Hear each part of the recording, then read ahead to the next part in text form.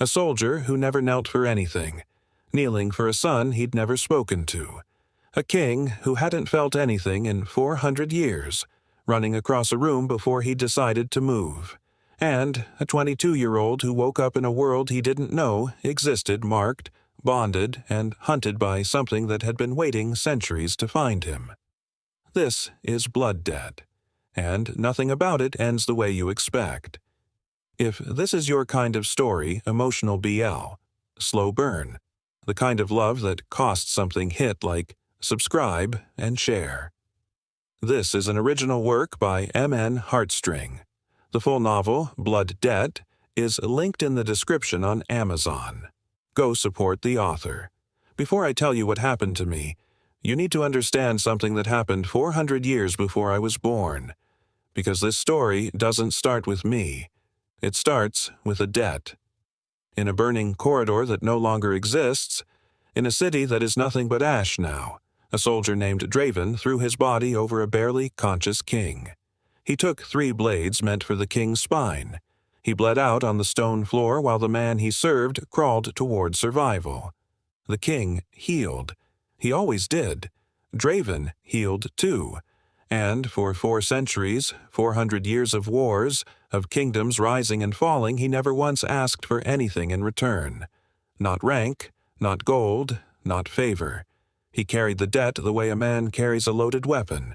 Quietly, carefully, waiting for the moment it would matter most. That moment was me.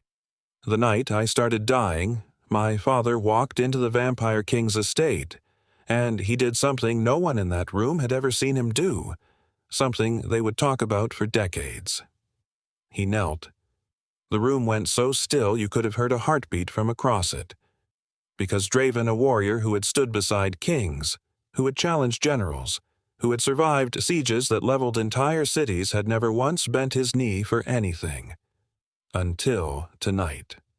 Until me. He reached inside his coat. His hand trembled once. Draven's hands had stayed steady through executions, through wounds that should have killed him. Whatever he was carrying now scared him more than any blade ever had. He placed a photograph on the table. "His name is Alaric," he said. "He is 22 years old. His mother was human. She died bringing him into the world. The transition started 3 days ago. He does not know what is happening to him. He has days, maybe less." Then my father said the words that would change everything. "My king, I am here to collect the blood debt." The Vampire King felt something cold move through his chest that night. Not fear, something older. The particular sensation of an ancient thing coming due. Of a reckoning that had always known where to find him, finally arriving at his door. Before I tell you what happened in that car, I need to tell you what happened at my door. Because my father did not just walk into the king's estate that night. He walked to my apartment first. He had driven past my building 431 times. He told me that later. He had counted because counting kept the part of his brain that wanted to stop the car busy enough that it could not act on the wanting. 431 times in 22 years. In rain. In the dark of winter at 3 in the morning. On my birthday, every year without exception, sitting in the car across the street. Watching the lit window of a boy who did not know he was being watched. Telling himself this was enough. That this was love in the only shape he was allowed to give it. That night, he parked the car and got out. He knocked on my door. I was in bad shape. 3 days of burning from the inside. I thought it was the flu. I answered because I was desperate enough to answer anything. He said his name. He said he knew my mother. I almost closed the door on him. But then he said the things that stopped me cold. He described exactly what I was feeling. The craving I could not name. The sunlight that hurt even through clouds. The ache deep in my teeth like something trying to break through. "How do you know that?" I said. My voice was quiet now. "How do you know any of this?" He met my eyes. "Because I am a vampire," he said. "And so are you. Half of you. That part has been sleeping your whole life. Now it is waking up and it is tearing you apart in the process." A beat passed. Then I laughed. It came out sharp and unsteady. I laughed until I had to press a fist to my mouth. "Right," I said. "Vampire. Of course. It is 2 in the morning. I have a fever, and a stranger is at my door telling me I am not human." And then he said the thing I had not been prepared for. He said he was my father. 22 years. That hole I had carried my whole life. The thing I could not name. I was standing in my doorway with all of it rising to the surface, and I had no idea how to hold it. So I got angry.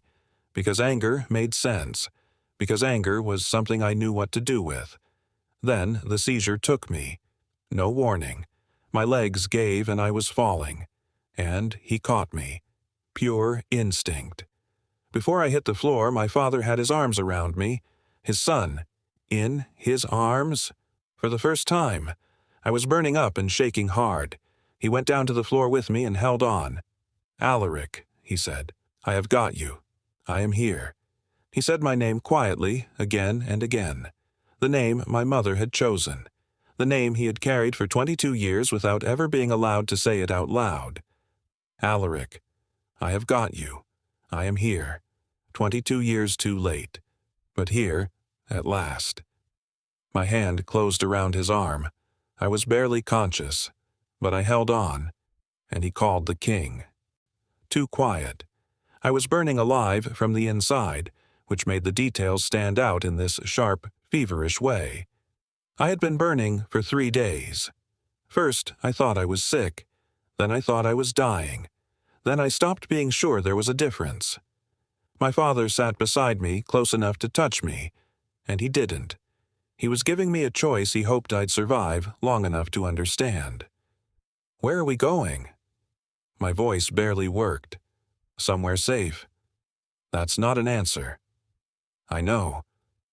Then the gates appeared. Massive. Black iron. Alive in a way architecture really shouldn't be. They opened without sound, and I remember thinking the kind of fragmented, fever-brained thought that turns out to be correct, that once you pass through something like that, you don't belong to the world you came from anymore. At the top of the staircase stood a man in black. Silver hair. Stillness like pressure. Eyes that did not belong to anything human. I know now what he was thinking in that moment. He told me later. He said he had expected a name, a liability, a future complication. He said he saw my face and something in him stopped negotiating. I didn't know any of that then, because my body gave out before my mind caught up, and the last thing I registered before the dark swallowed everything was someone running, not walking, running. That was the last thing I knew before the car, before the gates, before the man at the top of the staircase with silver hair and eyes that did not belong to anything human. That was the last thing I knew before Throne ran, and that is where the real story begins. He gave me his blood at the 3rd hour, not because he wanted to, because I was dying and there was no one else. Every pull sent a shockwave through him, not pain, something deeper, like a connection snapping into place after centuries of being disconnected. He could feel everything, my fever, my fear, my anger. He felt how stubborn I was, how terrified, though I would never let a soul know it. By the time he understood he was losing his footing, it was already too late. The second wave hit just before dawn. I arched off the bed and he was beside me in an instant. This time, I didn't just drink. I found the vein. My new fangs pressed into his skin, and I bit. And something inside him that he had sealed shut 400 years ago shattered. My fever broke just before sunrise. It went out like a light. Throne walked to the window and stood there with his back to the room, watching the sky do the thing it does every morning. 400 years of watching it. It had never hit him like this before. Behind him, I slept. The thread between them should have faded. It didn't. Nothing more than that, he told himself. The thread pulsed once, warm and certain, as if it knew better. I woke up, and I did not hurt. After 3 days of being taken apart from the inside, the absence of pain woke me faster than any alarm could have. I surfaced out of the dark like something held under water and released. I gasped. Every sense fired at once. I could hear the building breathing. Not the room. The entire building. Pipes in the walls. Footsteps 2 floors up. A conversation I should not have been able to hear. Crystal clear. I tested my grip on the headboard and stopped when the wood began to crack. Right, I thought. Right then. My father was outside the door. The conversation that followed was not gentle. I told him exactly what he should have done, exactly what he had cost me. He said I was right. Every time. No argument. That should have felt like a victory. It felt like standing in the rubble of something. Then I felt it. Beneath my ribs. Warm and steady. Not pain. Not hunger. A direction. I want to see him. I didn't need directions. I followed the pull. The war room cleared the moment I asked. One gesture from throne and every warrior in it found somewhere else to be. The door closed. Just the 2 of us. I am angry, I said, but I know that anger doesn't belong to you. What should I call you? Something shifted in his face. Throne. Thank you for saving my life. And then, my father said you stayed with me. You needed watching. You have healers for that. He didn't answer. I pressed my palm flat against my chest. And there is this. A thread, he said. It was supposed to fade. Yes, but it hasn't.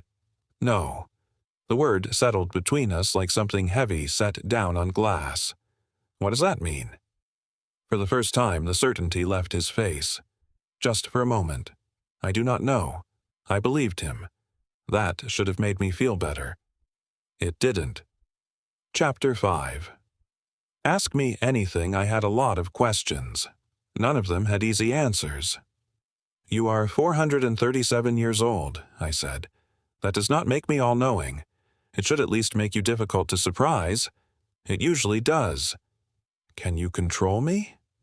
His eyes sharpened. No. No hesitation. Absolute certainty. Can the thread make me want things? It may make you aware of me. It may pull you toward me. But what you choose to do with that feeling remains yours. And if it doesn't fade, then we learn what it is. I want to be clear, I said. Whatever this becomes, I decide what it means for me. Yes. No argument. No conditions. I'm hungry, I said. The corner of his mouth moved. That, he said, rising, I can help with. Food was not food anymore. My body had opinions about that. So I sat across from my father at midnight in the king's compound kitchen, and I asked him to start wherever. I met your mother at a crossing, he said. She dropped her bag. Everything went everywhere. She laughed, not at me. At herself. At the fact that an apple had rolled halfway down the block and a stranger was chasing it. She laughed like the world was consistently funnier than everyone else was giving it credit for. She asked me how old I was, he said. I stared at him. Then, she made you tea. She did.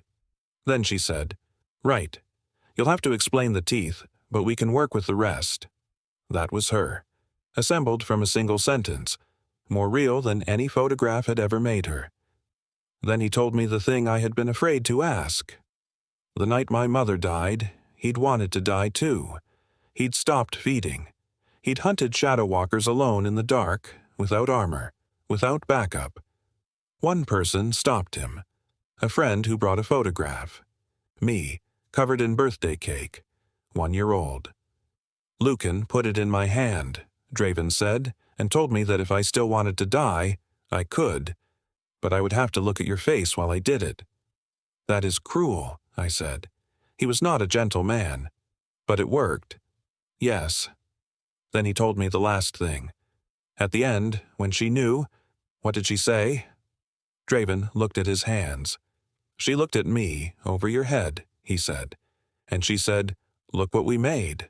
That was my mother. Not grief, not goodbye. Look what we made. I let my eyes burn. I let them. We trained every morning after that. 6:30. He stopped pulling his punches on the 9th day when I put him on the floor by watching his knee for a week. He landed hard and looked up at me. "You telegraph the turn," I told him. "I do not. You do when you're trying not to break me." He took the hand I offered. Again. This time he stopped lying. He hit me properly. I lost fast, brutal, and clean. I got up from the mat with a split lip and a frantic, hungry light in my eyes. "Better," I breathed. "You're pleased I hit you. I'm pleased you stopped lying." And at the end of that session, gathering my things to leave, the word came out before I decided to say it. Dad. Soft. Almost an accident of breath. It hit harder than anything that had ever landed in that room. Neither of us tried to fix it. Neither of us took it back. "Bring tea tomorrow," I said. He nodded once. His voice was a casualty of the moment. "I will." He left carrying 2 broken practice blades and one word he'd been starving to hear for 22 years. I went to his door that night, after the kitchen. After my father told me my mother had my laugh. After I learned the shape of something I had never known I was missing. I went to Throne's door because I didn't want to be alone, and I was out of anywhere else to go. He opened it. He was still dressed, silver hair coming loose at the temples. He didn't say anything. He just looked at me like he already understood. "I do not want to talk," I said. I do not want to be alone." I sat on the floor with my back against the foot of the bed, my legs stretched out, staring at the ceiling. Throne stayed in the chair, a statue of discipline. But I could feel the effort it was costing him from across the room. "She had my laugh," I said eventually. He didn't answer. There was no response that could have improved the silence. After a while I moved to the edge of the bed, leaned forward, elbows on my knees. "I'm hungry," I said. He started to rise. "Not for food," I said. He froze. I looked at him, my eyes dark with the confusion that I was only starting to map. "I don't know what I'm doing," I said. "I don't know what any of this means. There are people who can help you understand the transition. That isn't what I mean." I swallowed. "I came here because I didn't want to be alone." The truth of it landed in the room like something physical. He crossed to me slowly, giving me every chance to change my mind. I didn't move.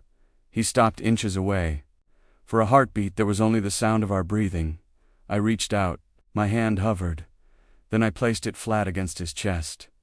The heartbeat beneath my palm steady, ancient, answered my own. The contact should have been nothing, it was everything. "I don't know what I'm doing," I whispered. "You do not have to do anything. Tell me to stop." He should have. He should have invoked his title, his age, everything that separated us. Instead his hands, large and scarred, found me. And I pressed my mouth to the pulse point, at his throat. When my fangs grazed the skin, his composure didn't just crack. It detonated. The sound he made was low and guttural, and dragged up from a depth he had kept sealed for 400 years. He didn't push me away, he anchored me. His hands curled into my hair and he held on. He'd spent 4 centuries ruling his existence with a fist of cold steel. I dismantled that control without even trying. It wasn't a surrender he couldn't afford. It was coming home. He told me that afterward. He said it finally, like a man confessing something he'd been carrying too long. It felt like coming home. When I finally pulled back, my voice was ragged. "I didn't mean to go that far. Do not apologize," he said. "You could have stopped me, yes, but you did not. No." "Why?" He held my gaze. His pulse was loud beneath the mark my fangs had left. "Because you are the only soul in this world I have ever wanted to allow this close." "I don't know how to do this," I whispered into the dark. "I'm still fighting every single part of this. I expected nothing less." I lay back. He retreated to the chair, close enough that I could feel him. Not close enough to break the fragile, volatile truce between us. His throat throbbed where I'd marked him. It wasn't pain. It was the way a door aches when it has been forced open after 4 centuries of being locked. He sat in the shadows and traced the mark on his throat. He thought of 400 years of silence. He thought of the 36 hours since I had woken, and absolutely nothing else.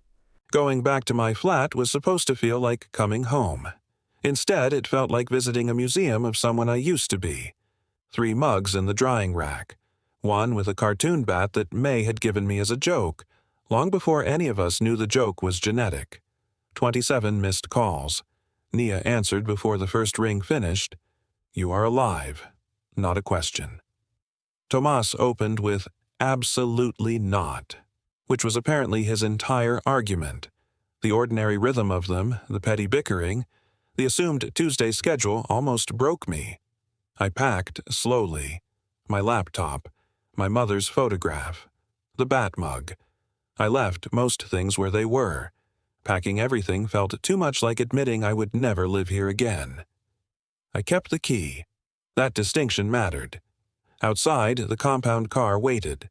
I got in because I wanted answers, because I wasn't ready to be alone with what I'd become, and because someone behind those gates would know the moment I crossed the threshold, and I was already anticipating the look in those pale, ancient eyes. For now, that was reason enough. I wasn't supposed to be in that corridor. My feet made a decision my brain hadn't approved yet, and I ended up watching from a shadow archway when Throne walked in for the briefing. The silver hair was pulled back. Something so small, just pulled back, off the face, exposing the full architecture of him.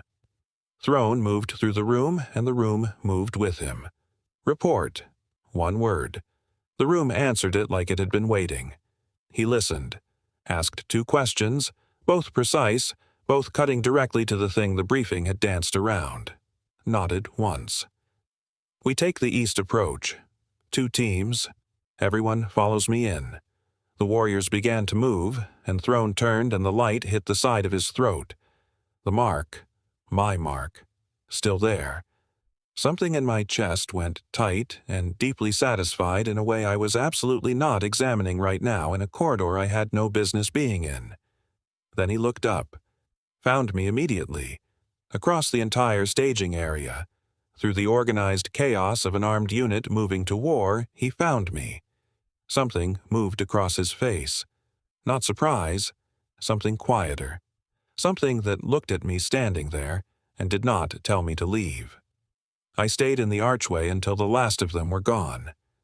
I was not going to use the word. Not yet. Not to myself, alone. 22 years old, barely 2 months into a life I hadn't known was mine. The word stayed exactly where it was. Patient. Certain. Not going anywhere. I needed one thing that belonged only to choice. So I made rules. On paper, because spoken rules have a habit of becoming negotiable whenever I'm inside Throne's gravity. The rules are non-negotiable.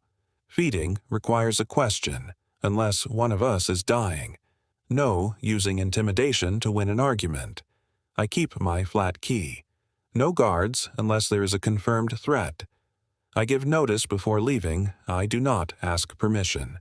Whatever happens between us happens because both chose it, awake, informed, and unafraid. "Agreed," he said. "All of it?" "Yes." "You didn't argue about the guards." I considered it. "For how long?" "Long enough." That was less than 10 seconds. It was an unpleasant 10 seconds. He added 4 rules of his own. The last one was the one I wasn't ready for. 4, he said. "You do not mistake my restraint for indifference." The room went still. "I'm giving you time because you asked for it. I am keeping distance because your life has been filled with people making choices for you. Neither of those things means I feel less than you do. That rule is unfair," I said. "Why?" "Because I was doing very well pretending you were calm about this." "I am calm. You are 400 years of controlled disaster." A pause, something almost like humor in his eyes. "That is not inaccurate." "Then we need one more," I said. "If either of us wants to leave the other, let's him go." He went still. The ancient thing beneath his composure went deathly, terrifyingly quiet. "Yes," he said. "Just that." One soft word, but I could see what it cost him. It wasn't just agreement. It was Throne handing over something he had never given anyone. I folded the page and held it out. "You keep it." He accepted it with the gravity of a signed death warrant. Later, I found that page in a locked drawer beside battle plans and documents with seals older than my country. And lying in the dark that night, I understood something I hadn't been able to say yet. I wasn't staying because I was trapped. I was staying because I was building something, brick by brick, out of a terrifying, beautiful choice. For the first time, I fell asleep without checking the door. May didn't greet me when I came through the door. She surged. She flew down the stairs and grabbed my face with both hands. Systems assessment in under 10 seconds. "You're enormous," she said, her voice shaking. The house was exactly the same. The uneven third step. The lamp that only worked if you cursed at it. A physical ache in my chest, a reminder of a world that didn't know how to kill. "There's someone," I said, "safer than the truth. He's older than me. Significantly." "How significantly?" "Very." "Is he good to you?" "Not. Is he appropriate?" Just that one question. The only one that mattered. I thought about a chair pulled to a bedside. A glass of water left by someone with no practical reason to leave it. "Yes," I said. "Yeah, he is." I brought him to Sunday dinner 3 weeks later. May didn't invite him. She issued a summons. At 5:58, Throne stood on her porch carrying flowers. The most lethal male I knew, uncertain about how to cross a threshold. "You can still run," I said. "No." "Good. She'd catch you." May planted her feet and gave him the look. "You're very tall," she said. "I've been told. Shoes off. I just scrubbed the floor." He obeyed with the silent grace of something that usually dismantles rooms. I turned away to hide my grin. The dinner was stew, bread, enough garlic to kill him twice over. He ate every bite with stoic, kingly focus. May asked every question. He answered like a man who respected the interrogation.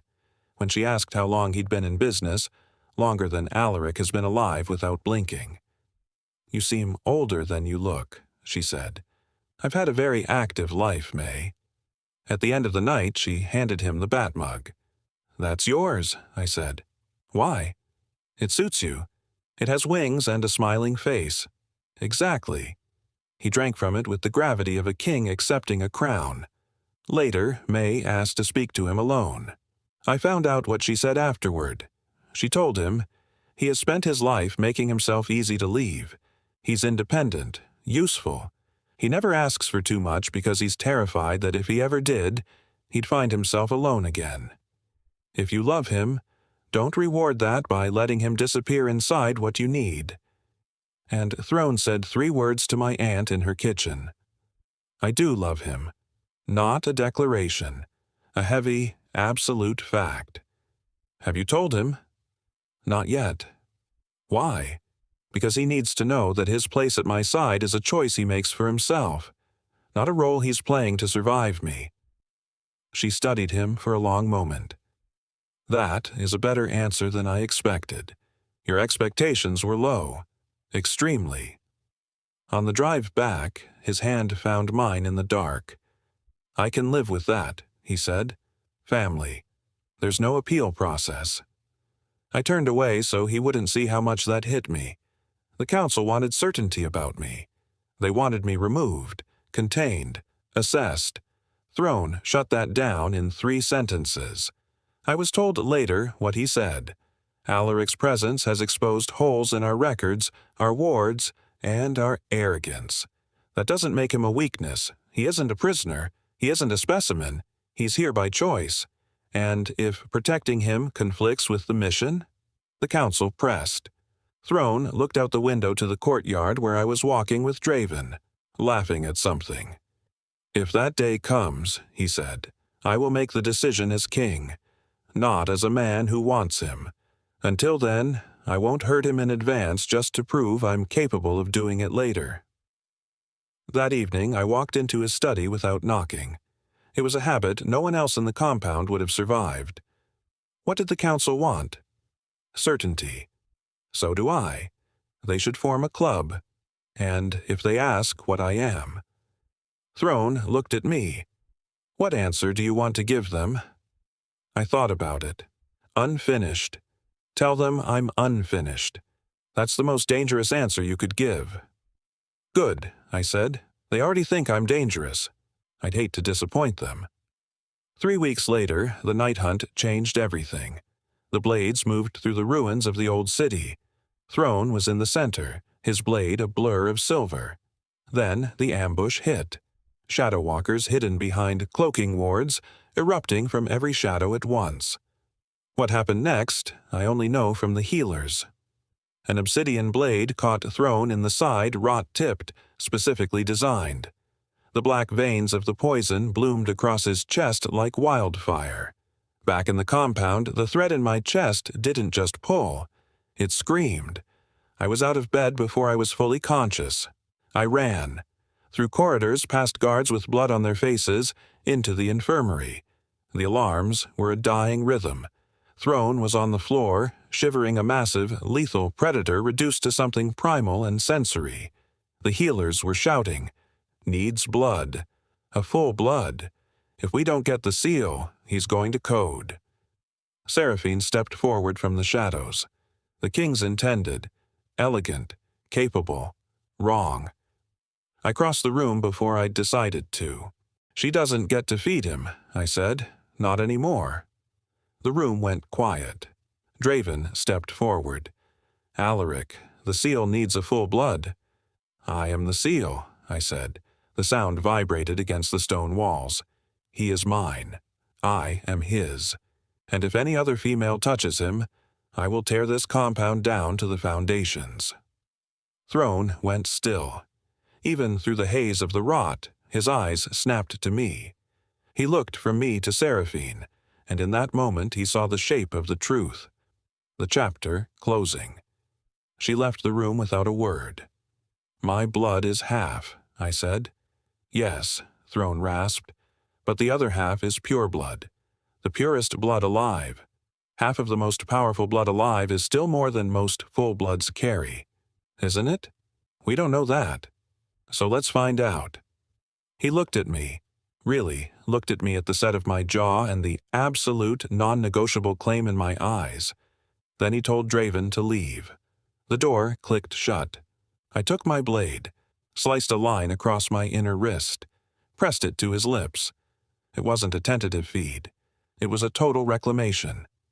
The taste of my blood was electric against his mouth, racing through his blackened veins. He surged upward, his hands locking around my forearm not to pull away, but to anchor himself to the only thing keeping him alive. As the rot boiled away, Throne groaned, his body arching. When he finally pulled back, his eyes were different. The exhaustion still there, but underneath it, something raw and unshielded. "You should have let them," he whispered. "No, I shouldn't have." "Alaric, don't," I said. "Don't tell me it's complicated, or that I'm young, or that the bond is doing this. I know what's real. I know what I want. Say it. Whatever you've been refusing to say, just say it."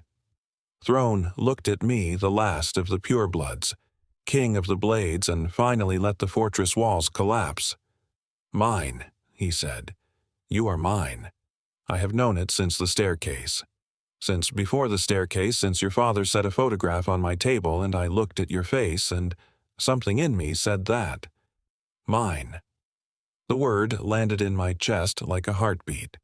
4 centuries of armored distance, finally collapsing.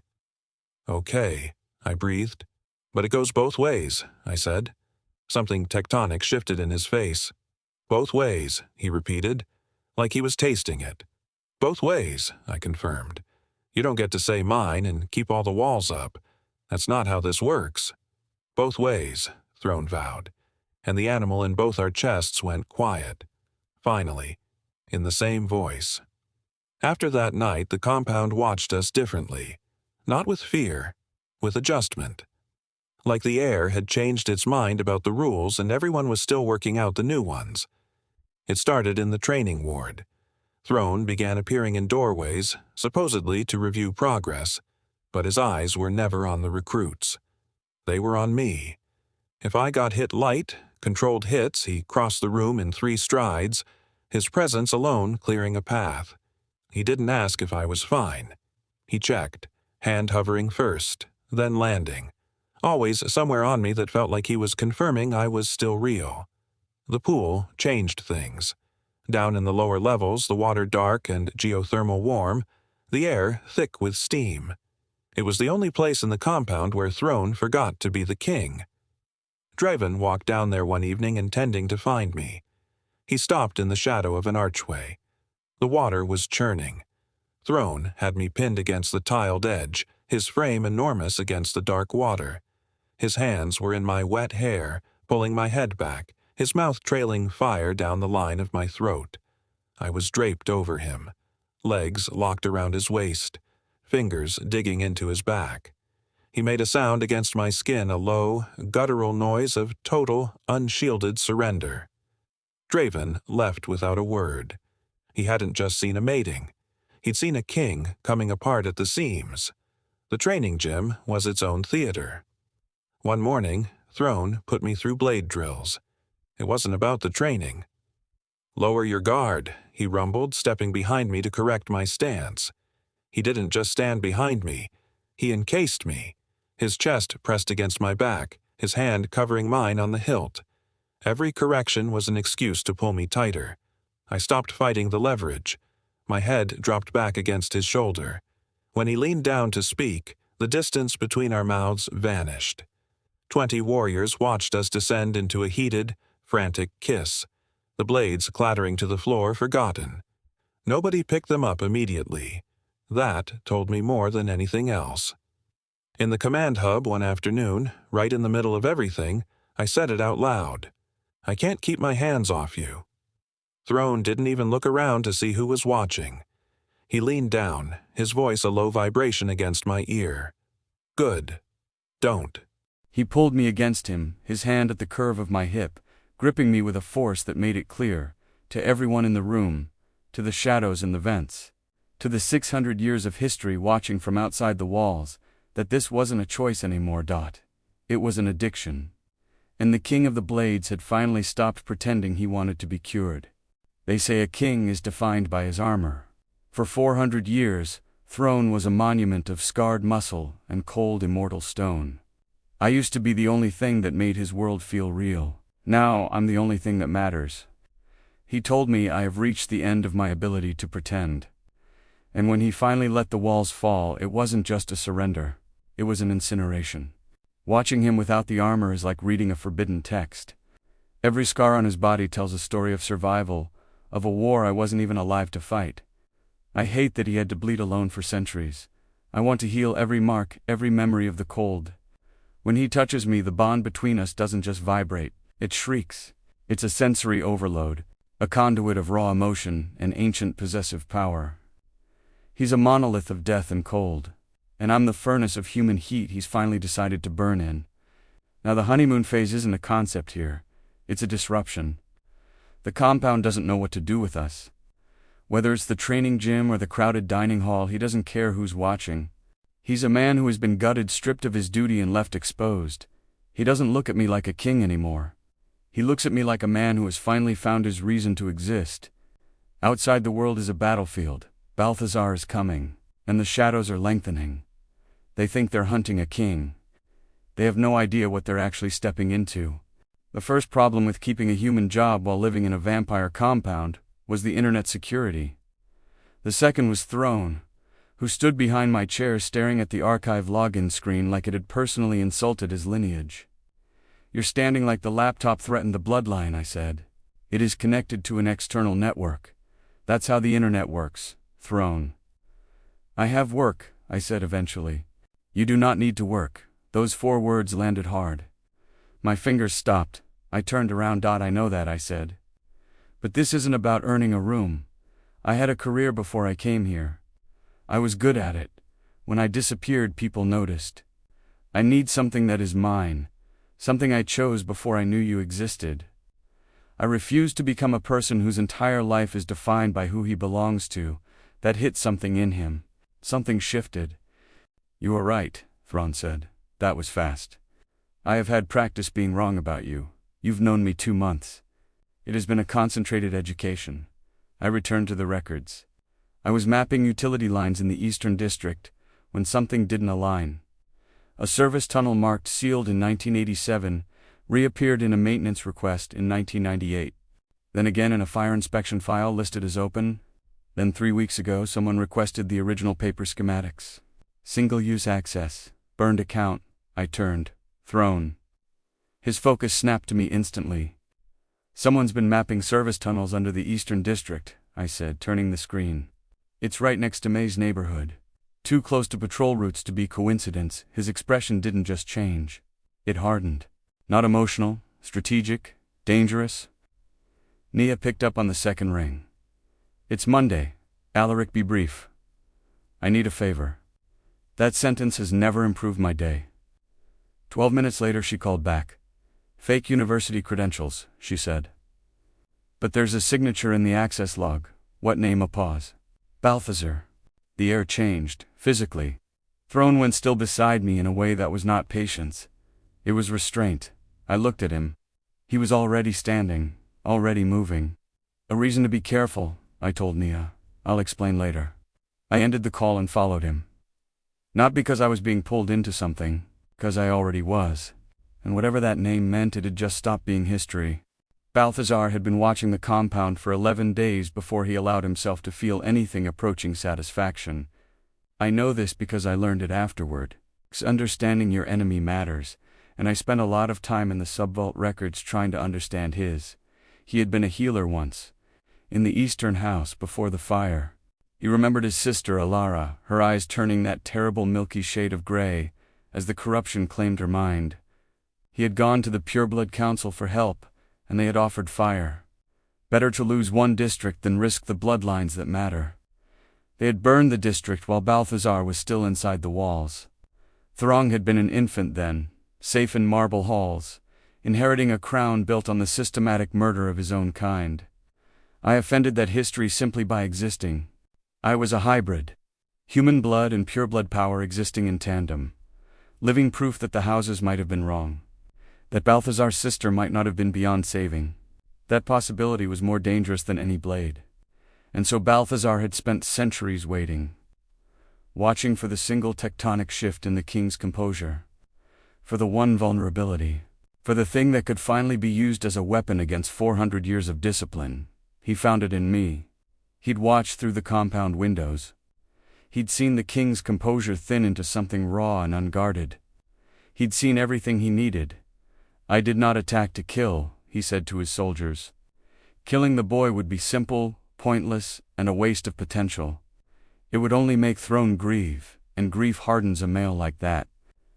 Grief turns a man into a monument. We injure him, badly, publicly. We give Throne a clock. We give him a body bleeding out in his arms. And we make absolutely certain that in the moment that matters most, he chooses rage. I didn't know any of this while it was happening.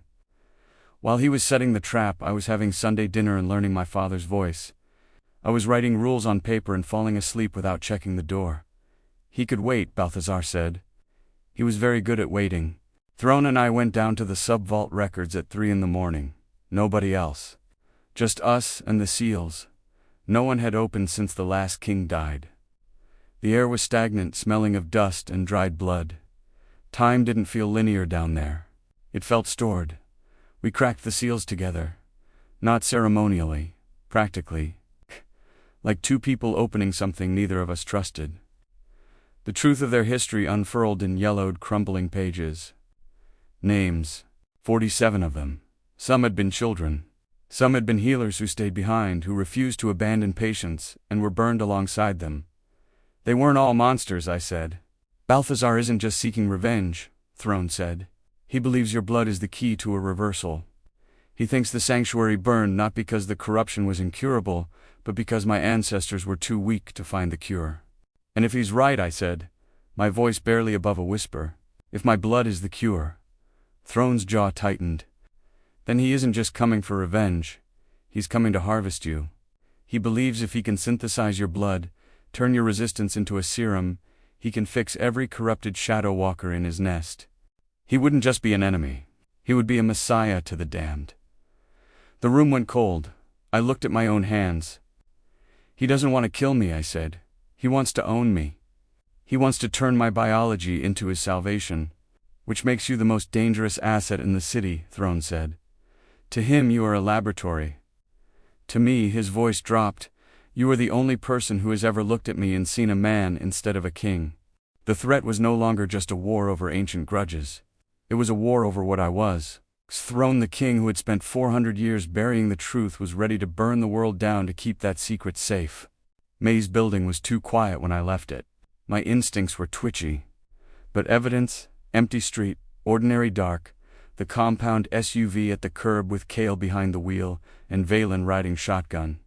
May had made them all tea before we left, and the image of those two hardened warriors sitting at her kitchen table while she grilled them on their dietary requirements. That image was what I was smiling at when the cold hit me. A sudden, directional drop in temperature. I was reaching for my phone when the first shadow walker peeled out of the shadows. Not 1, not 3. 12. Training took over. My blade was in my hand before the order was finished. The first walker hit me and I learned the brutal truth. Training is a dance. This was a slaughter.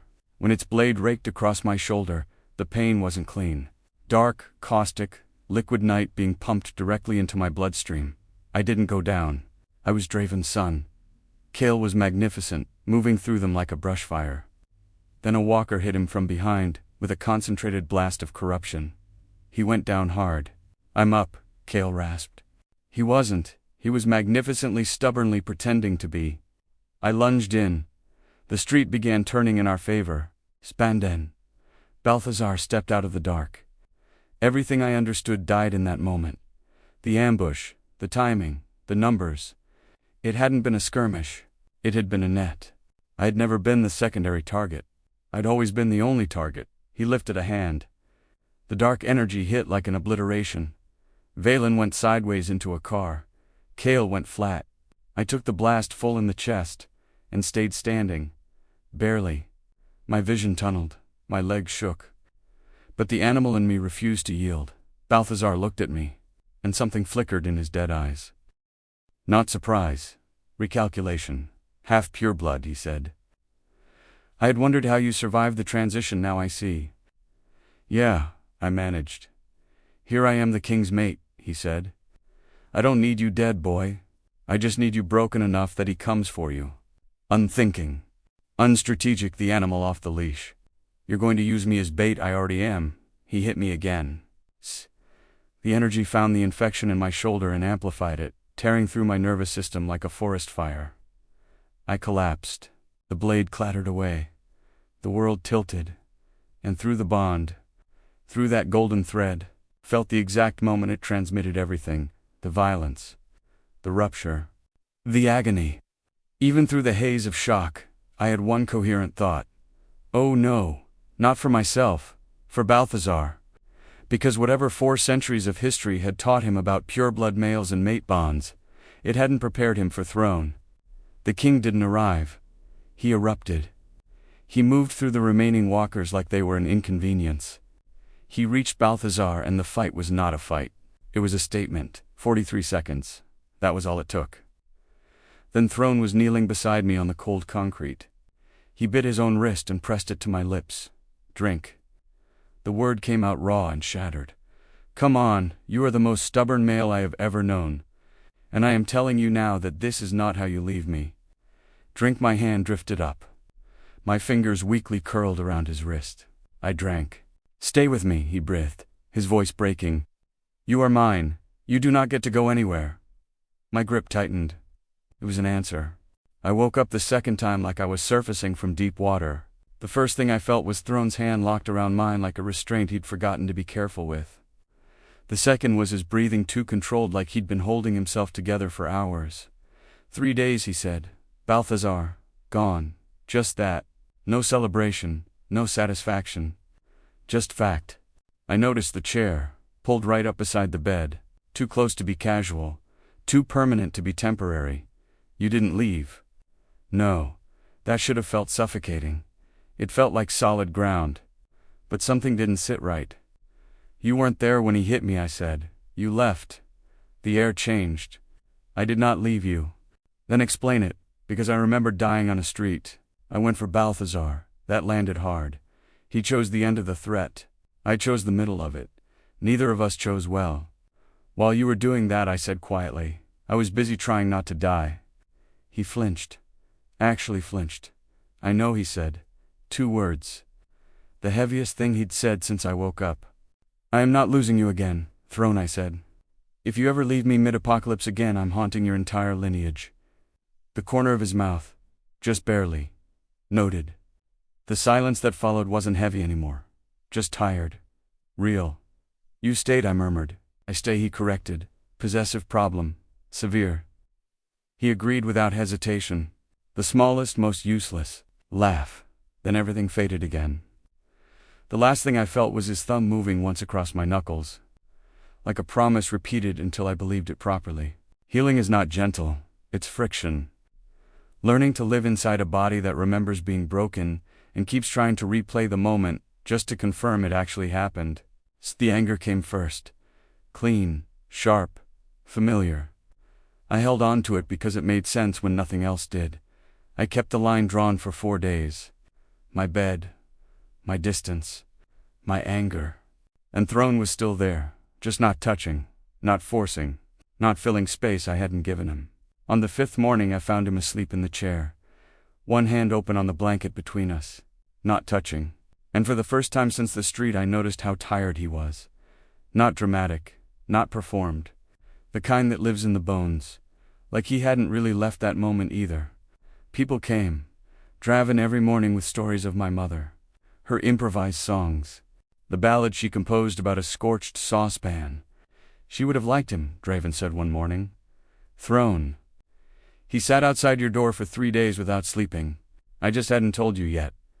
Roan brought cards and terrible jokes. By the 2nd week I was winning every hand. You're cheating, he said. I'm paying attention, I said. You should try it. He laughed full and unguarded like a brother, and I realized I couldn't remember the last time someone had just wanted to be there. The ballad she composed about a scorched saucepan. She would have liked him, Draven said one morning. Throne. He sat outside your door for 3 days without sleeping. I just hadn't told you yet. Roan brought cards and terrible jokes. By the 2nd week I was winning every hand. You're cheating, he said. I'm paying attention, I said. You should try it. He laughed full and unguarded like a brother, and I realized I couldn't remember the last time someone had just wanted to be there. Kale brought the hard truths. You didn't fail, he said. You aren't the exception for almost dying. You're the exception for what happened after. You had a bond strong enough to pull you back, and a mate willing to empty his own veins to make sure it took. That's not weakness, he said. That's the whole point of why we fight. 3 weeks. Then Throne walked me back to the training yard. The blade felt heavier, my shoulder pulled. Not pain, memory pretending to be warning. Better, he asked at the end.